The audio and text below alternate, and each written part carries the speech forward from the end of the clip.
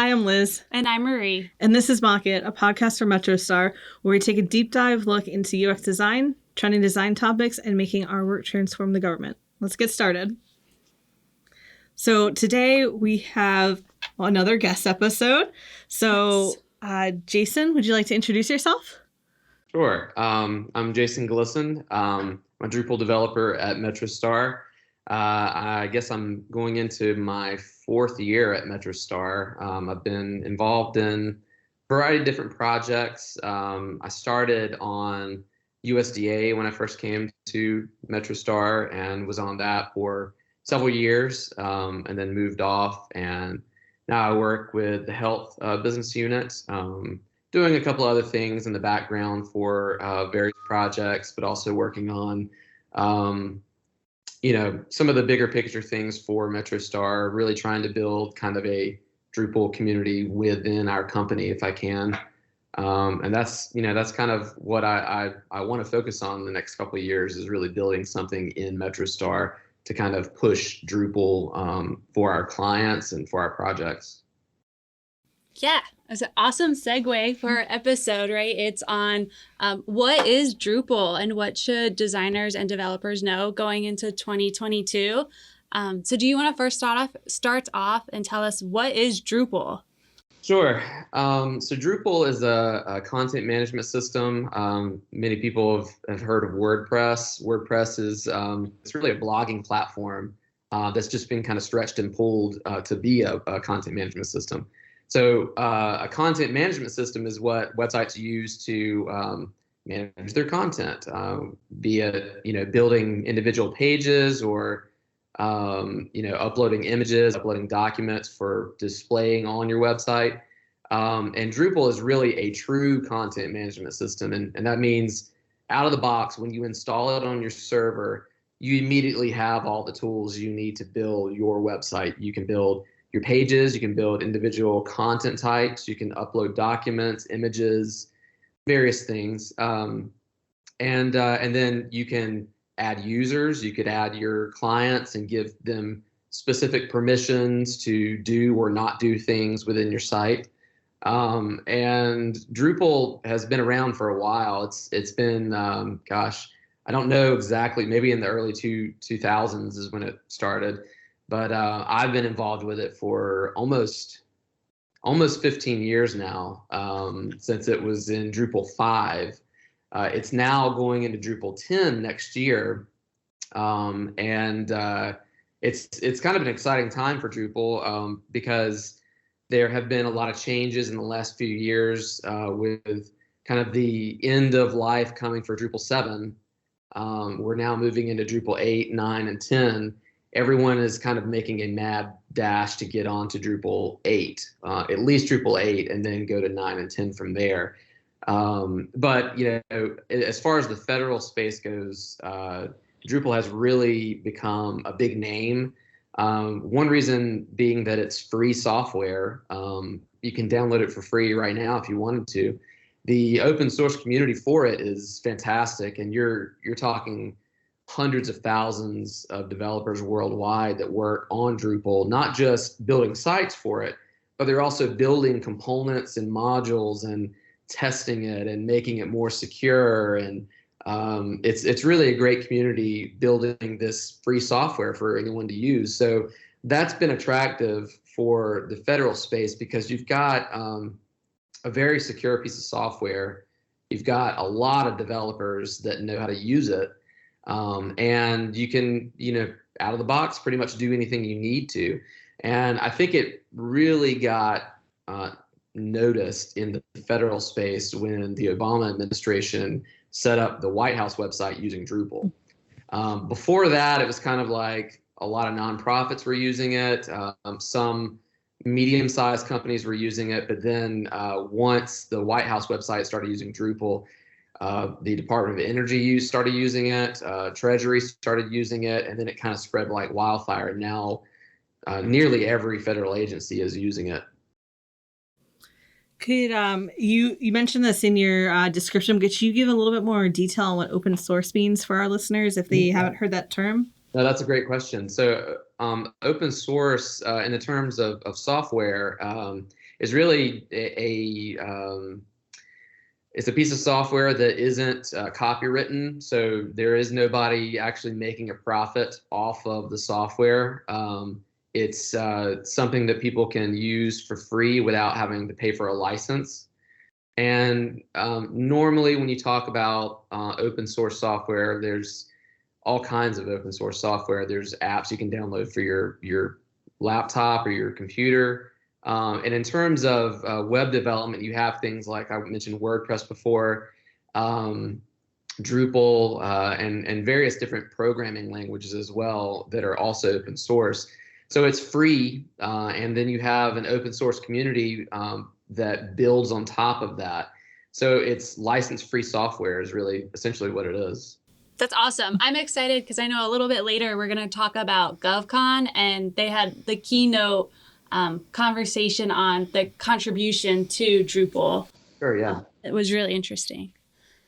So before we dive into that, why would you say that Drupal is an important tool for designers and developers? Well, I think the biggest thing is as far as software goes, or web development software, the Drupal community is very, very large, as I mentioned before. And since it's so large, you have a lot of documentation. For software is how well the community documents what they're doing. So if I were a developer and I wanted to use Drupal, but I had no idea where to start, there are just tons of tutorials and tons of things you can read to become more familiar with that software. So as I'm building, I'm learning kind of about how it's put together and also how to expand on it. And I talk a lot about it on our projects about building Drupal modules. And that's one of the kind of core principles of being a Drupal developer, is that you learn how to expand Drupal from what it is out of the box. You can build modules to do other things. So, Drupal on its own has a lot to offer. And, you can build themes around it. You can build modules to do extra things that you might not necessarily have out of the box. I think in the federal sense, in the federal space at least, that is also another attractive thing, is that it's free, as I mentioned before, and then there's so many starting places for developers to jump in and learn how to use it. And also for clients, there's a lot of documentation, there's training, there's tutorials for clients to get on and learn how to navigate Drupal, learn how to use it for their content, learn how to do things like approve content. There's a workflow that you can set up in Drupal, which works for a lot of clients as well. Yeah, I know, as coming from the point of view of not a developer, Drupal is great because of, just like you're saying, the actual content management system part of it. Once it's configured and, you work with your developers to configure it how you need it per your project or per your client, but it's very easy to use. I mean, you really don't, it might sound intimidating, but it's really a very user-friendly system as, if you're not a developer and coming at it from any other skill set. Mm-hmm. Yeah, totally. I think that they've worked really hard in the last 2 or 3 years to make Drupal, especially the back-end administrator interface. They've worked really hard to make that more user-friendly, because I know I've worked with clients migrating them from a WordPress site to a Drupal site. And one of the first things they said maybe 5 years ago is, this looks really confusing, or this is really kind of clunky, but they've done a great job moving forward, kind of making it more, user-friendly, really. They've made it cleaner and more easy to navigate as well. Yeah. I mean, I can validate for that, as Liz and I are able to be in there and as editors from the work you and our other developers have done on our project.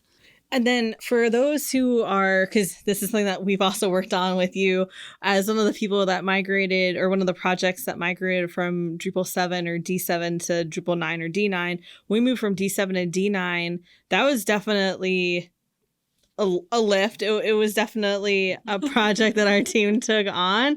But the output, I mean, just going from D7 to D9 has been like a 180 with how we can use it. So do you have any words of wisdom, advice, anything for people who are sort of faced with that upcoming project to take on for their own sites?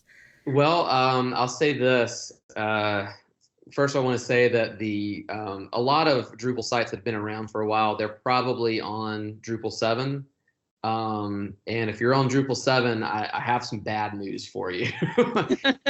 Drupal 7's end of life has been extended several times now, and it will end, meaning the support will end for it this coming year. So one thing that we're going to end up seeing next year is a kind of a mad dash for federal sites to migrate into Drupal 8, 9, and 10. The bad part about that, and kind of the unfortunate news, is that it's not a very easy transition from 7 to 8. And several of our developers, we talk about this a lot with clients. What you're really looking at is a complete redevelopment of your site. There are things you can do to help. There are, migration pathways from 7 to 8, depending on your site. If you're talking about a lot of content types, a lot of data kind of in your database, you're looking at a significant lift. And I know both of you are familiar with, how that will go. It's time consuming. And sometimes it takes a lot of developers to split that up and successfully do it. But I'll say it's very, very beneficial to make that move from Drupal 7 to a future version of Drupal. And the reason for that is the separation between 7 and 8 is really a complete redevelopment of Drupal itself. There is not much in common between 7 and 8. They're both written in the language PHP, but the newer version of Drupal is written on a PHP framework called Symfony. And it can seem really daunting and confusing for developers that are moving from 7 to 8, because pretty much everything you've learned in 7 kind of goes out the window for 8. You have some of the basic core ideas for developing, but everything is really done very differently in 8. The good news is that once you get into 8, moving from 8, 9, and then 10 is very easy. That's just almost like a click of a button to upgrade from that. But yeah, it's completely, it's painful, to be honest, from going from 7 to, a future version of Drupal. But as I said, there are tutorials, there's a lot of documentation that people have done on that subject. And there are a lot of companies, MetroStar being one, that, work with federal clients on doing those migrations. Oh shoot, I was going to say something. I forget what it was. It had to do with the whole Drupal migration. Oh, yes, the going from anything in D8, so for short, Drupal 8, like 8.1 or 8.2. I'm not even sure the nomenclature, but it seems like on our project, our lead developer is like, oh yeah, we just upgraded like last night, or I did it today. So there is light at the end of the tunnel once you migrate to 8, 9, or 10. Sure, yeah. Yeah, minor versions of Drupal are not really hard to upgrade to once you do get into 8. Awesome. Well, yeah, thanks for giving us a background on Drupal and a little bit of some words of wisdom for those who are jumping into Drupal. But right now, I think we're going to switch to Drupal GovCon. So you've been very involved with Drupal GovCon, and before we jump in a little bit with the specifics of it, can you give just a background on what Drupal GovCon is to lay the baseline? Sure. Yeah, Drupal GovCon is, so there are a lot of Drupal conferences. There's a main big Drupal conference called just DrupalCon, and that's movable. It moves around the country and it's in different cities. Drupal GovCon is really a DC-based conference for the federal space, is really what it is. And it happens every year. Obviously with COVID, it's been challenging because this is always an in-person conference. I've been involved with it for 7 years, and I've always gone to the actual conference. It's in Bethesda, Maryland.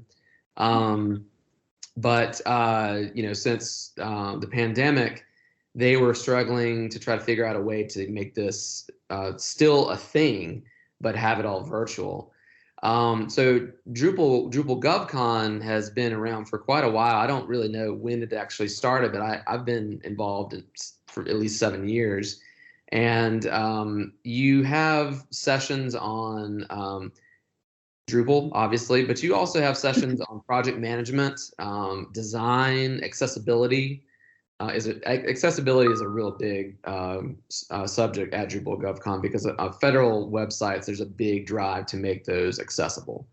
But not every session is kind of revolves around Drupal specifically. Sometimes some may not even touch on Drupal, but you have very helpful sessions on how to manage projects with certain tools. You have really basic sessions on how to use code repositories, or some kind of session that may be training for a specific type of software that may not even be Drupal related.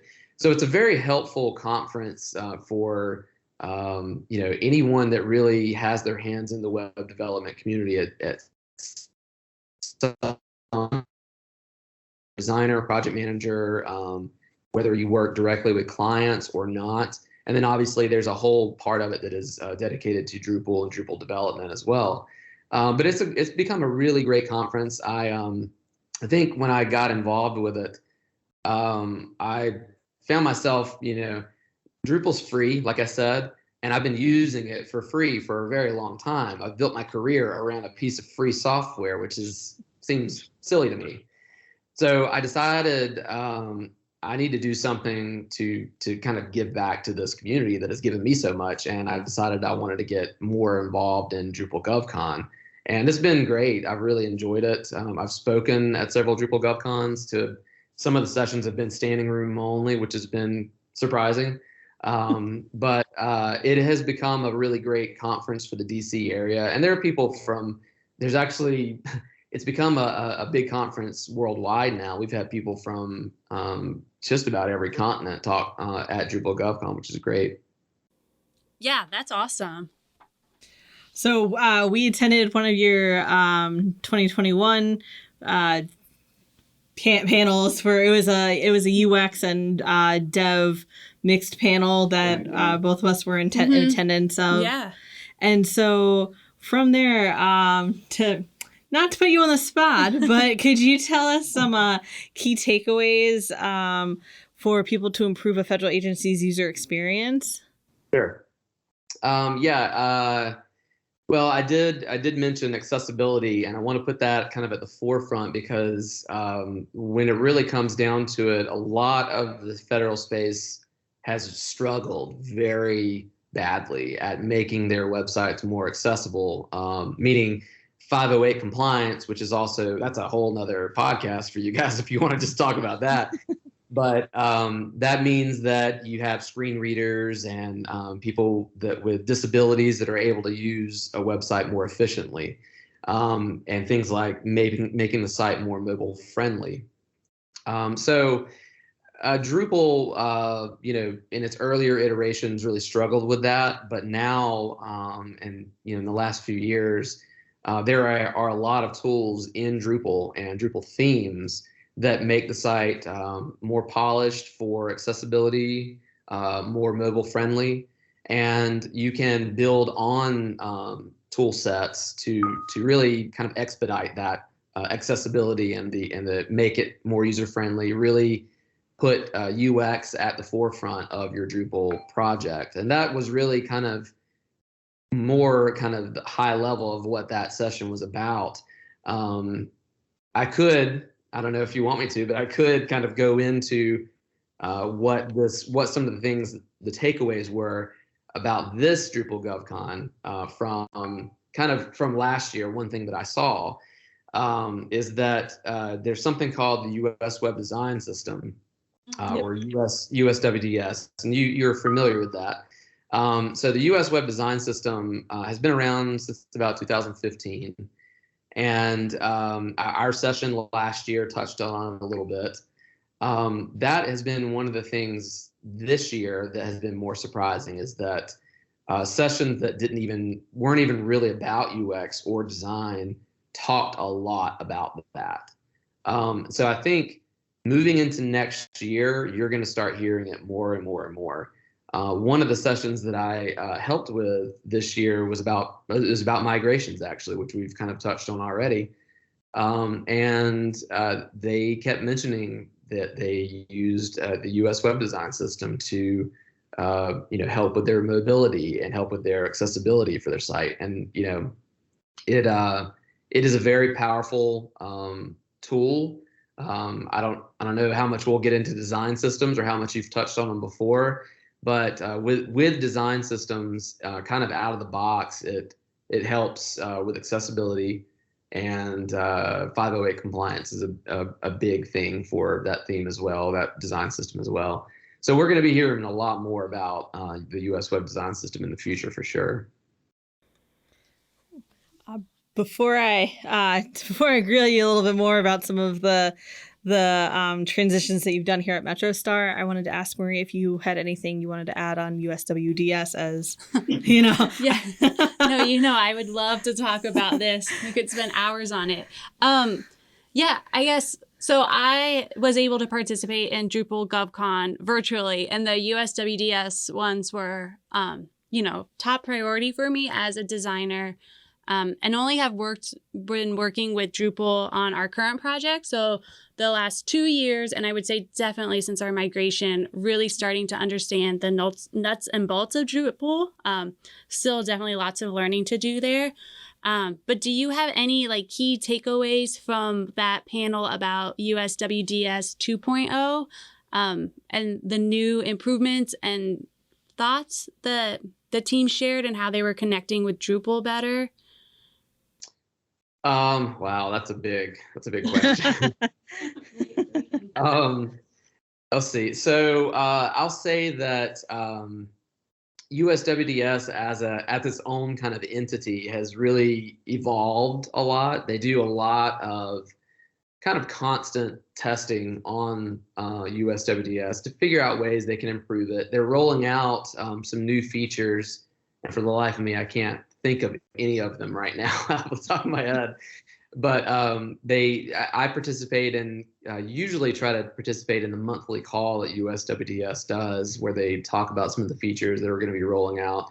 But as I mentioned before, they're doing more and more to kind of solidify their role in getting federal websites kind of up to speed with mobile friendly sites and 508 compliance. And so that's going to always be their kind of core attributes for USWDS. And I think for the upcoming year, we're going to start seeing more and more kind of mobile friendly tools, mobile friendly elements that are going to be added into USWDS. Things like making tables, making various web elements that we actually use quite a bit in the federal space, making those more user friendly. Form elements is a big thing as well. Form elements, they're actually really hard to make user friendly for between mobile and desktop, because browsers want to render those things differently. So USWDS has done a fantastic job of kind of trying to figure out a way to make those across all, desktop, mobile, and tablet, making those user friendly for everybody. And so we're going to see more and more of that in the coming year as well. You probably saw us chuckle a little bit when you said tables and forms. We are one of those federal agencies that do use forms and tables a lot. So that's actually really oh, that'll be great. That's inspiring. We're gonna have some good answers coming out soon with some good web standards to help us kind of push things along. One follow-up question I do have for you is, if someone wanted to join one of those USWDS calls, how do they do that?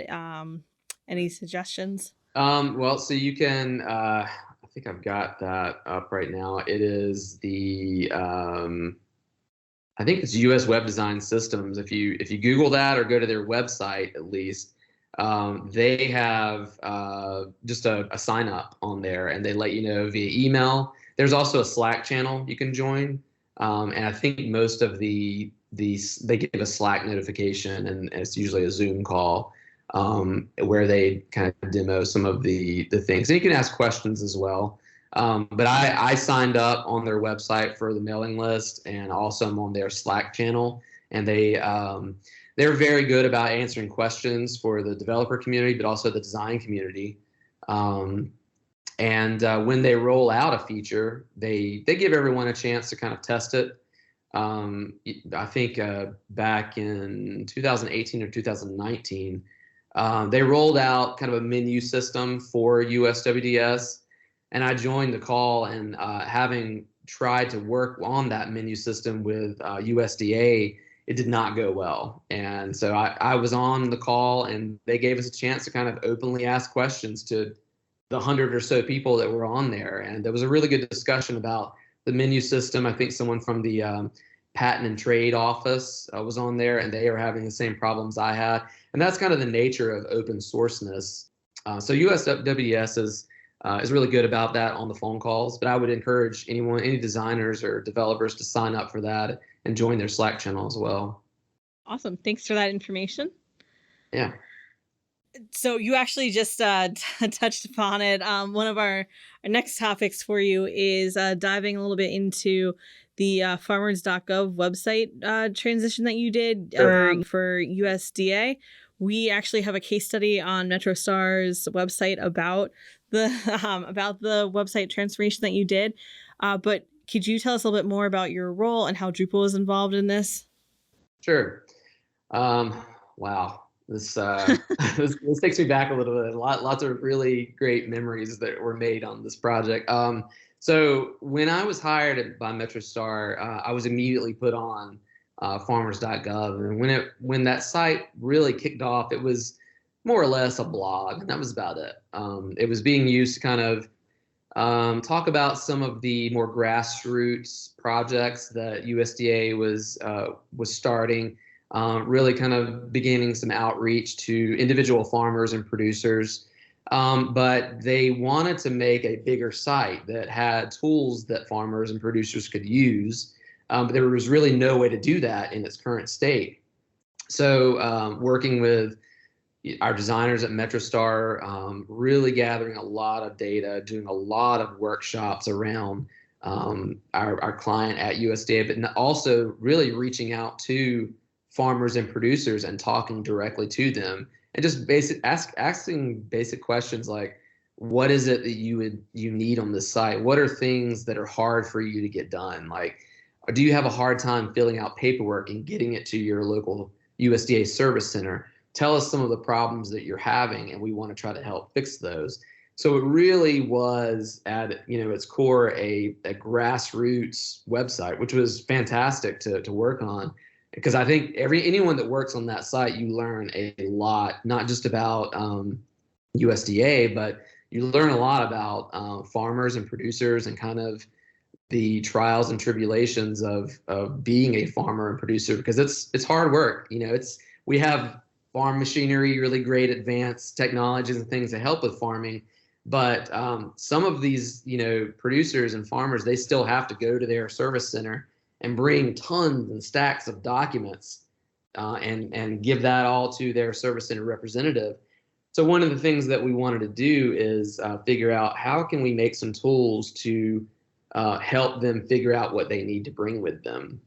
So we did a number of tools. One of them was a farm loan tool that basically walks you through. It was essentially, they talk about it as a TurboTax style type of workflow. And that's essentially what it is. At its core is a very easy to understand workflow that asks you some simple questions. And at the end of the tool, it tells you exactly what you need and gives you the links to download the forms that you need to carry with you. And it gives you some tips on, make sure you bring this, but also make sure you bring these other forms too. Which I think had some great comments from the community. I think it was very helpful. The site farmers.gov has really evolved into really, I think all of USDA kind of directs people to that site for really help on finding your service center, help on finding the documents that you need for various programs that they have going on. And one of the bigger things that we did for USDA is we developed a service center locator for them that it's populated automatically from their system into the website. So a farmer or producer can go on and they can find in kind of almost in real time, they can find where they're supposed to go to bring all of their documents for the programs they want to enroll in. That we took what was kind of a minor blog site and made it into this kind of full-blown, almost an agency of its own type website. Awesome. So you mentioned the farmer's loan application and the service center locator feature. Can you talk a little bit about how you and the designers on the project worked together? There were other websites in USDA's where you could get information about the farm loan programs. We also have another one called Disaster Assistance Tool. And that actually was one of the first tools that I think we built for USDA on the website. And I remember attending some of these meetings talking about the flow of this disaster discovery tool. And when I say disaster, I mean, I'm actually talking about real natural disasters like wildfires and floods and tornadoes, hurricanes, things like that. And the USDA wanted to put forth some kind of program for farmers and producers to enroll in financial assistance for any kind of natural disaster that has affected them. The workflow for this program was, if I printed it out and the icons were about that big, it would cover a significant part of whatever room you're in. And it was just daunting to see the workflow of that. So our role in kind of simplifying that was to figure out how would people use this tool? How would people easily navigate through this tool if we were to make kind of a tangible, actual not automated, but interactive tool on the website? So we started looking at data. We started looking at, how users use websites within USDA. Where do they click? What do they look for? We just had spreadsheets, all kinds of spreadsheets of data. And then our UX designers and we got together, talked a little bit about, one thing is we wanted to make this as easy as possible. And it's really hard to make things like that with so much data simple. It's really hard to make things like that simple. So, we ended up doing kind of a point and click type thing, like pick your disaster and pick, what types of crops were affected by that disaster. And then at the end of the tool, we actually give you like kind of a big list of, here are all the disaster programs that you qualify for. And here's all the documents that you need to fill out for enrolling in assistance for those programs.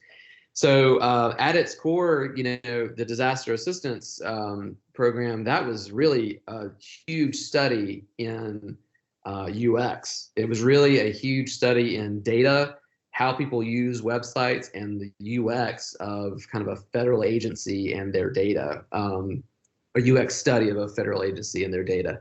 And that's still something that if you go and use that tool right now, it's really daunting how we were able to take kind of this really difficult topic and subject and just boil it down into I think there's maybe 5 screens that you go through, that you walk through on that.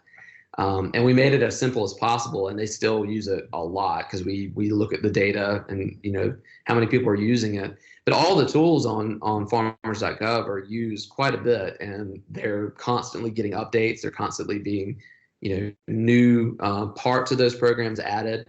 And the way that the developers that worked on that, myself included, we made farmers.gov in a way that we can constantly add or take away to those various tools and kind of make them have a life of their own. Really, they're most of them are developed with a set of modules, and we made those modules very easy to kind of further develop if they need to. And I get updates from some of the developers that are still on farmers.gov from time to time saying, oh yeah, we're adding this new part of this project, or we're adding a new part of the tool. And one thing they're working on right now is actually making some of those tools into several different languages as well, which is, again, a whole nother topic. But that's kind of what they're working on right now with farmers.gov as well. That's awesome. I feel like just talking about it doesn't do that tool justice, the disaster one. Yeah, because it's amazing how simple and easy and clean it is. And so all the work that goes into that. Yeah, no, we've checked out that as inspiration for stuff on our project, and I really encourage anyone who is listening to go to farmers.gov and check it out, because those tools are awesome on farmers.gov, and it really shows the partnership between dev and design and UX and like everything coming together and working with the client and making sure that the output for those that use it really is as simple and as user friendly as possible. Yeah. And I will plug, I know the farmers. I would say that as far as projects go, and I've worked on a lot of projects, a lot of different federal agencies, I think the farmers.gov project was really like the first time that I saw UX, design, and developers kind of working probably closer than I've ever seen any other project before, because we were basically sitting beside each other all the time. We had, 5 whiteboards that were always full of, mock-ups and just quick drawings. And, we would workshop a small problem with the UX team and say, okay, how should this work? And sometimes they would, come up with a solution, and we would say, I'm sorry, the internet doesn't work that way. And we would have to go back to the drawing board and kind of say, okay, well, can we do it this way? And there was this kind of perfect marriage of UX and development, kind of just this constant talking about UX problems and how a developer could, get those actually working in the real world. And I think we've tried to bring that kind of atmosphere to other projects in MetroStar as well, which I think is a great thing. I think if you get a UX team and a developer team working very, very well together, you're going to have a really successful project. Yeah, I would agree. Totally agree. Did you want to put a plug in for something, or? Oh yeah, I was going to say also on the Farmers Project, they I'm not sure because I wasn't on the project, but definitely had a design system inspired by USWDS. So just putting a plug back to them. I think because that was also a couple years ago, and I know it was harder to implement the actual code from USWDS, a little out of my scope of exactly how it goes on in the background. But the design system and the UI was inspired and aligned with USWDS for accessibility, for being able to easily know it's a government website. That's cool. I didn't know that. That's cool. Yeah. Oh, nice little trivia fact there. Early on farmers.gov, we did try to implement USWDS, but it was actually still kind of in its infancy, really. There were certain problems with using it at the time that we were trying to overcome. One of them I mentioned earlier was the menu system. We had a kind of an unusual menu system that we were trying to implement. And there were some elements that actually weren't even available in USWDS yet that we needed.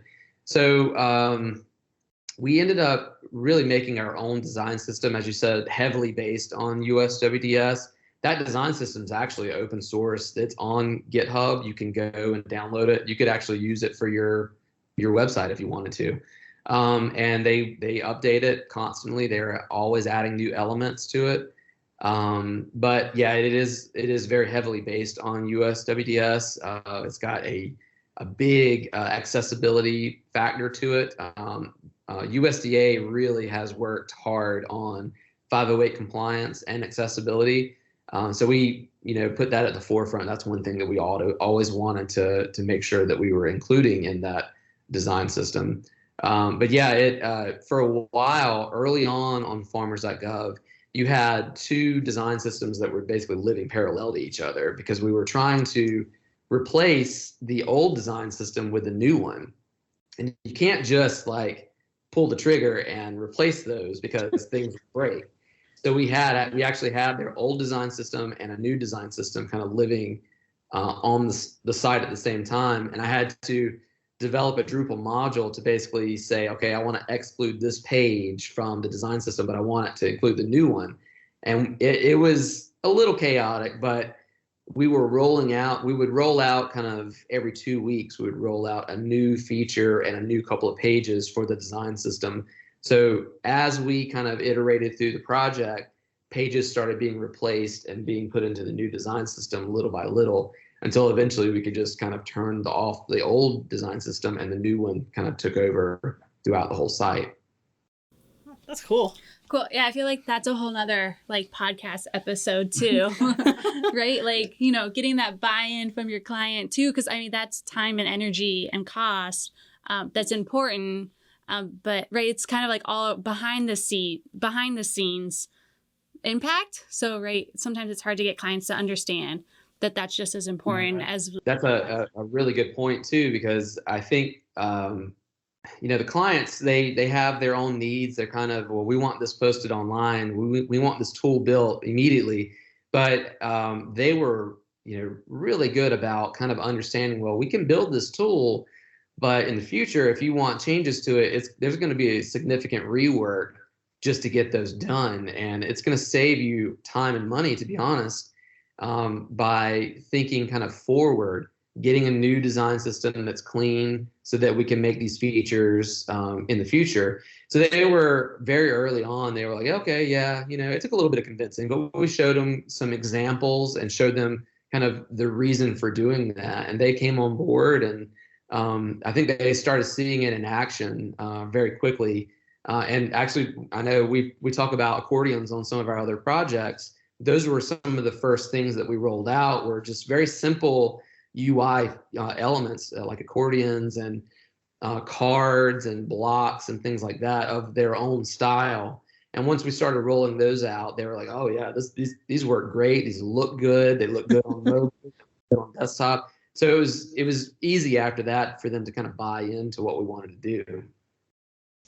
Well, as we kind of wrap up our podcast here with you, we wanted to ask one general question for you of where do you predict the future of Drupal will be? Nah, just a small question to send you off. Yeah. Let's see. So one thing, since we're upcoming on Drupal 10, actually, we've talked a little bit about Drupal 7. The end of life for that is coming up in this coming November in the next year. And I mentioned before, you're probably going to see a lot of federal agencies scrambling to try to figure out how to get off of Drupal 7. And I've already had several phone calls with project managers that are working for other agencies, trying to figure out, well, what do they need to do to get off of Drupal 7? And as I mentioned, that's going to be more or less a complete rework of their current theme and installing Drupal 8 and going up to 9 and 10. Drupal 10, I think, is slated to debut in June of next year. And the interesting thing there is that Drupal is now iterating through newer versions quicker than we ever have in the Drupal community. For a long time, we had Drupal 6 for years and years, and then Drupal 7 came out, and we had years went by. I mean, probably 5 years of people kind of using Drupal 7. Then Drupal 8 came out, and there was like, okay, well, this is kind of a redevelopment of your entire site now. And there's still a lot of sites that haven't kind of pulled the trigger on doing that. So this coming year, you're going to see a lot of migration projects, I think. A lot of migrating from Drupal 7 and even Drupal 8, upgrading from Drupal 8 to Drupal 9 and 10. With those versions going from 8, 9, and 10, you're not seeing as much of a kind of a hard difference between versions of Drupal. You're really seeing more kind of minor changes on the back end, minor administration tools on the back end. You're seeing cleaner UX, more accessibility is being worked into those minor versions of Drupal. And then one thing in Drupal 10, Drupal 9 and 10, you're seeing a lot more kind of developer tools as well. You're seeing the ability to build applications in Drupal and use Drupal tools that are already provided rather than having to develop something from scratch, really. So I think you're going to see a lot more applications being built using Drupal as its backend. You'll see a lot more JavaScript heavy applications for the front end with Drupal backends. So we call that headless or uncoupled, decoupled applications. And then you'll probably see a lot more upgrades and a lot more migrations, as I mentioned before. I feel like the headless headless Drupal or headless CMSs are like another whole podcast that we could just like narrow in on and like pick your brain about. But I'll save that for that follow-up question for another time. Yeah. Any other lingering questions while we have Jason? Nope, I'm good. All right, awesome. Well, Jason, thank you so much for your time. We really appreciate it. We've loved getting to know a little bit more about Drupal and really getting to hear your expertise and have you share it with us. Absolutely. Thank you for having me. Awesome. Well, thanks again. And this is Mock It. Don't forget to like, subscribe, and share with your friends. And join us next time. As always, if you're interested in learning more about how government and tech collide, visit MetroStar.com and follow us on socials.